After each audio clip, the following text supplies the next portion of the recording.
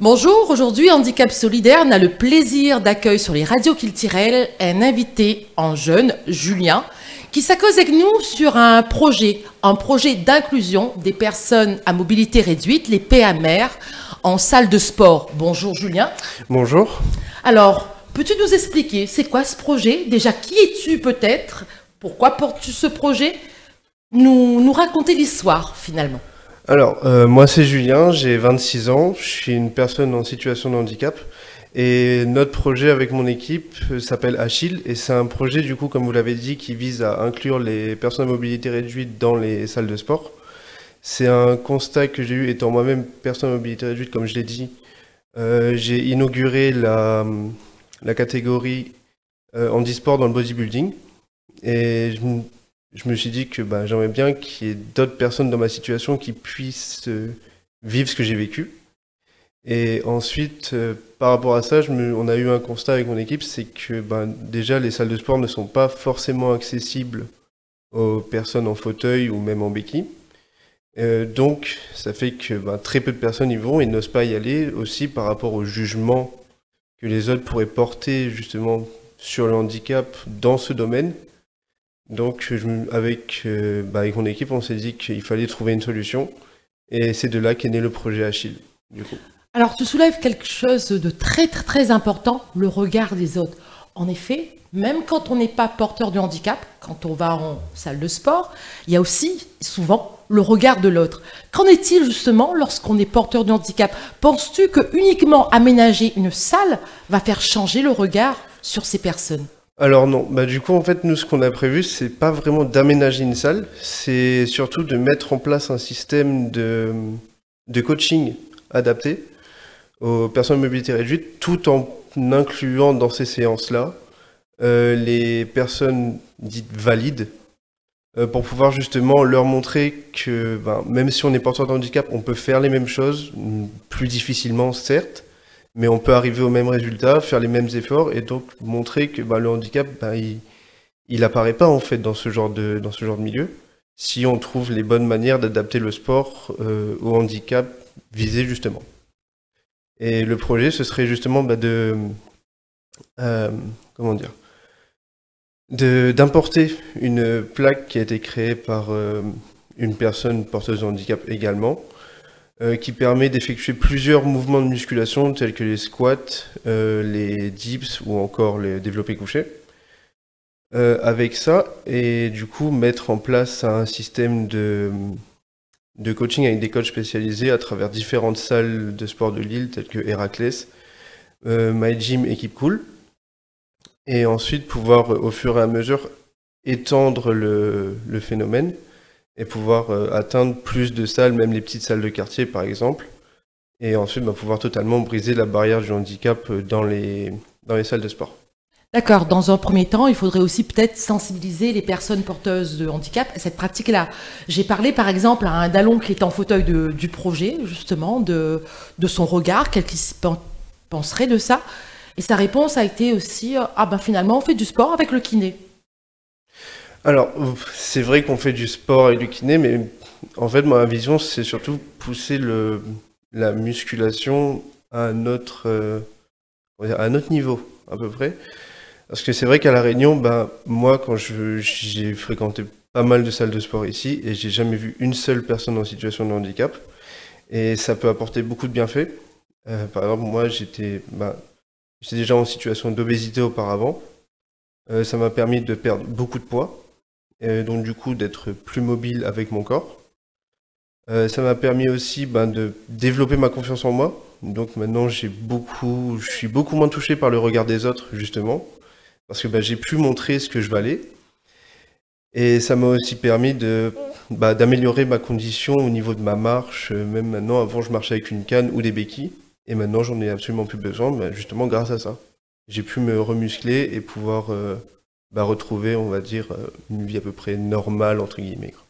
D'accord. Et actuellement, vous en êtes où? Puisque apparemment, il n'y a pas que toi autour de ce projet. C'est une idée de projet? C'est un projet qui va quand même se finaliser? Vous en êtes où en termes de démarche? Alors, il faut savoir que ce projet, il me tient à cœur depuis plusieurs années. Le jour où j'ai fait ma première compétition, le projet, il est apparu comme une évidence pour moi après ce passage sur scène. Et ce projet, du coup, il a été en stand-by pendant un moment, vu que j'avais pas trouvé vraiment d'occasion de le développer. Et c'est là qu'après j'ai découvert Créalise Océan Indien, qui est l'école dans laquelle je suis actuellement, une école de marketing digital.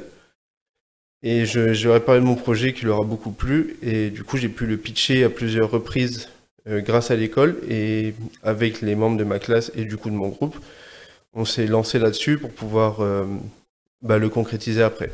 Donc là, actuellement, on est encore au stade de lancement, même de préparation du projet, mais on compte le lancer aussitôt que possible. Tu as employé un mot, pitcher, c'est quoi ça? Nous cause un peu trop technique peut-être. Du coup, pour le pitch, c'est que je l'ai présenté déjà plusieurs fois devant l'assemblée de l'école lors d'une Startup Week. C'est une semaine qui consiste à lancer une startup vraiment en quelques jours.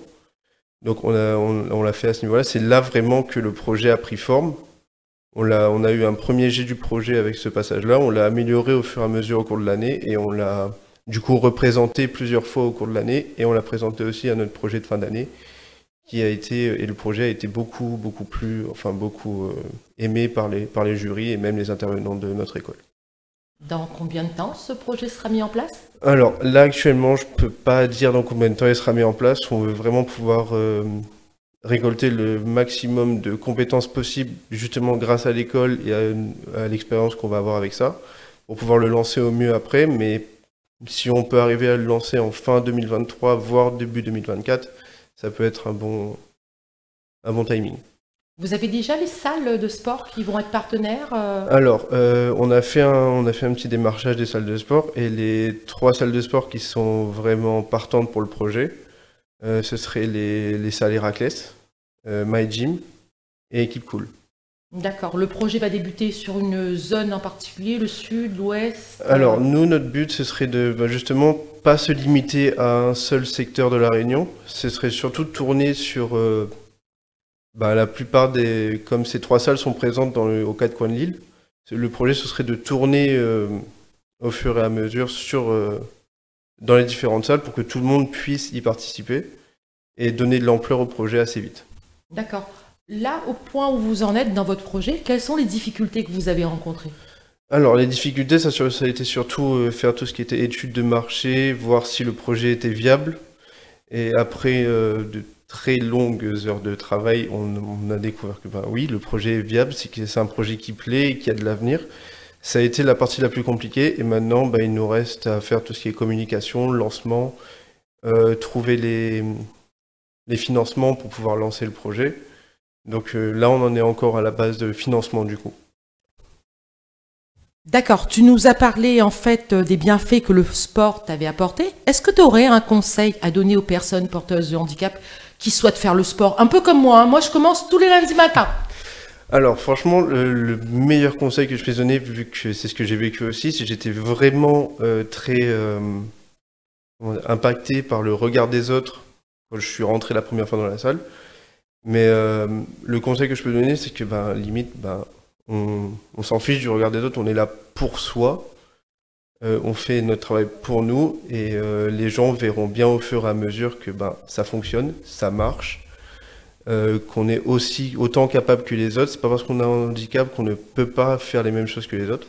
Donc juste se focaliser sur ce qu'on veut faire, l'objectif qu'on s'est fixé et ça ira tout seul. Le regard des autres, il pèsera plus sur nous au fur et à mesure. Moi, c'est ce qui s'est passé pour moi du coup. D'accord, est-ce que tu peux nous parler de l'équipe parce que comme je le disais, tu n'es pas tout seul. Qui porte aussi ce projet avec toi? Alors, il y a mon collègue Emmanuel Fontaine qui est avec moi depuis quasiment le lancement du projet. Et il y avait aussi ma copine Mélodie qui reste du coup un peu en retrait mais qui sera quand même toujours là dans le projet si on a besoin d'elle. D'accord, c'est important quand même d'être entouré, ne pas être isolé lorsqu'on se lance dans un tel projet, j'imagine. Oui, voilà, un projet comme ça, le faire tout seul, c'est quasiment impossible. Ça doit demander des heures et des heures de travail et ce serait épuisant. Alors que là, avec l'équipe que j'ai, ça se passe vraiment très très bien. On a avancé à une très bonne vitesse avec la préparation du projet. Donc oui, être bien entouré, ça aide énormément à pouvoir préparer ça. Je me pose aussi une question, c'est vrai que pour les salles de sport, pour les chefs d'entreprise justement, ce travail d'intégration, d'inclusion des personnes porteuses de handicap, est-ce que c'est rentable? Est-ce que c'est faisable pour eux? Parce qu'on cherche quand même sous quand même. Oui. Alors là, l'avantage que nous, on va apporter aux salles, c'est que nous, on va apporter notre propre matériel et nos coachs. Donc les salles n'auront rien à débourser, on va dire, en termes de matériel et d'employés. Et l'avantage pour eux, c'est que du coup, les gens pourront s'inscrire à leur salle pour pouvoir bénéficier de ces séances. Donc ça va leur apporter de la clientèle. D'accord. Et une nouvelle clientèle qui va pouvoir aussi leur permettre de s'agrandir un peu, on va dire. D'accord, et pour finir, est-ce que tu pourrais nous donner ton avis, ton regard sur cette société? On parle souvent d'inclusion, une société inclusive. Selon toi, on est réellement une société inclusive? Alors, moi, ça dépend j'ai vécu quand même pas mal de situations où je trouve que les gens sont encore un peu trop... Comment dire? Je vais pas dire laxisme, mais ils évitent de regarder, j'ai envie de dire. Par exemple, des fois, quand je rentre dans le bus, je vois des personnes qui ont peut-être une canne et beaucoup de sacs de course. Les gens ne bougent pas pour les aider, pour pouvoir rentrer dans le bus ou quoi que ce soit. C'est à moi de me lever, je les aide et les gens ils disent bah oui, bah voilà, lui il l'a fait, donc voilà. Mais pour moi, c'est pas normal qu'une personne en situation de handicap doive en aider une autre, alors qu'il y a plein de gens autour qui voient le problème et qui ne réagissent pas. Et je vais pas dire que c'est pareil un peu partout, mais généralement, c'est ce qui se passe, quoi. Les gens, ils font comme s'ils ne voient rien, alors que il y a bel et bien un problème, quoi, du coup. Et c'est vrai qu'au fur et à mesure, là, on commence à adapter toutes les structures aux personnes handicapées, mais c'est pas encore le cas partout, j'ai envie de dire. Exactement, c'est intéressant ce que tu dis là, parce que non seulement on parle aussi de handicap invisible, mais là tu soulèves le fait que même si le handicap est visible, les gens font comme s'ils n'ont rien vu. Ça, voilà, je ne pose pas mon regard, je n'ai pas vu, je je tourne ne vais la pas tête, aider, si j'ai et, pas vu, et on perd toute cette notion de solidarité, d'inclusion C'est ça. auprès des personnes les plus vulnérables. C'est exactement ce que je voulais dire, ouais. Pour conclure, Julien, un petit mot. Un petit mot, c'est que j'espère vraiment que ce projet pourra apporter l'aide que j'imagine aux personnes à mobilité réduite, qu'ils se sentiront déjà plus accueillis dans ce genre de milieu, et que ça puisse au final pouvoir permettre une meilleure cohésion vraiment un peu partout, quoi. D'accord. Et si on souhaite vous aider, vous contacter, on fait comment si on veut contribuer à ce projet en fait? Alors, vous pouvez me contacter soit par mail à mon adresse personnelle, julienlefebvre96@gmail.com, ou par téléphone au 06 93 04 79 47. Voilà, merci en tout cas, merci à toutes d'avoir écouté à nous. Donc nous l'a bien compris, si nous veut aide ces jeunes, apporte un beau projet d'inclusion pour la société de demain, nous peut contacter Azot. Merci beaucoup, grand merci les radios culturelles.